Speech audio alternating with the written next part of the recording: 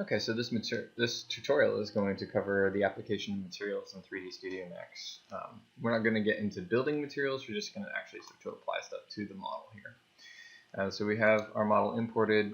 This is basically picking up where the last tutorial left off. We have all our geometry in here, so we can actually start to model this. And then what we can do is we can go ahead and start selecting these guys. I'll go ahead and select the glazing on here, for example, and actually go ahead and select the glazing here, and then we'll actually be able to set this up. So if we press M to pull up the material catalog here, we can go in here, and I'll just scroll down. I have some things already loaded in here, but we'll go ahead and select one of these blanks. And from there we can go ahead and set the type here. So we click on that. There's a bunch of different presets that come in here.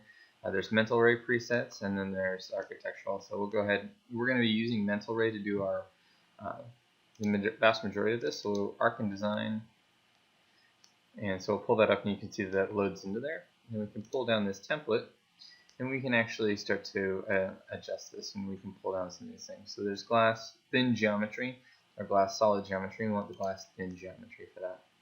So go ahead and then hit assign that material to the selection, and you can see that that's then updated here in our model as it starts to visualize this. Okay, so we can go ahead and start to do a little bit of a rinse, wash, and repeat. And we'll go ahead, and I'm just going to go show you guys how to do a little bit. As we start to rotate and change our view, you can see that we're going to want a little bit more of our environment. So we can change the field of view and perspective, and by clicking that tool, and we can actually open this up. So we can actually start to render this out and get a better camera angle of our interior here. And then we can go ahead, for each one of these guys, we can come in here, Arc Design. I'd say I just really like that. That will work really well for our floors and ceiling. You're going to see here, you might use skin for some of the facades in here and things like that. But even though it says skin, you can start to. So I'll go ahead and hit apply to that. You can start getting a sense of this. And the other thing we want to do is go through, and I'm just going to be a little bit hasty about this, just because I'll let you guys explore these tools as you go through this. But if you want to change the color of one of these guys, we can come in here under the settings and actually start to modify that, and you can see that updates. So we'll set that as our mullions. And I'm going to go ahead and also apply that to our stair and rail, and the second floor walk here.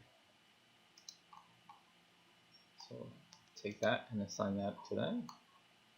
Right, and so now we've gone ahead and actually assigned the vast majority of the materials in here. And so we can come in here and set that as our active viewport. And we'll go ahead and just do it. If we press F10, we can pull up the render. So you can see here, if you press F10, you can pull up the materials menu, or you can just go to render setup with this. And so what we can see here is we can then do a quick little test render just to see what we'll get here. You can see I've already sort of been tooling around in here. We don't have any lighting systems in here at this point, but we can start to see what the material is going to start to look like and start to visualize the space in here. Alright. And so you guys can go through and explore and start to assign each one of these guys as you see fit.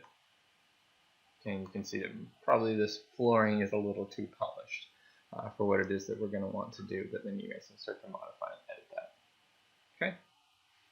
Alright, and that's going to cover the basics of material application. You can go through and change this out as you guys see fit. The next round we're going to actually start to set up the lighting, and then after that we'll actually start to set up the render resolution and stuff like that. Alright.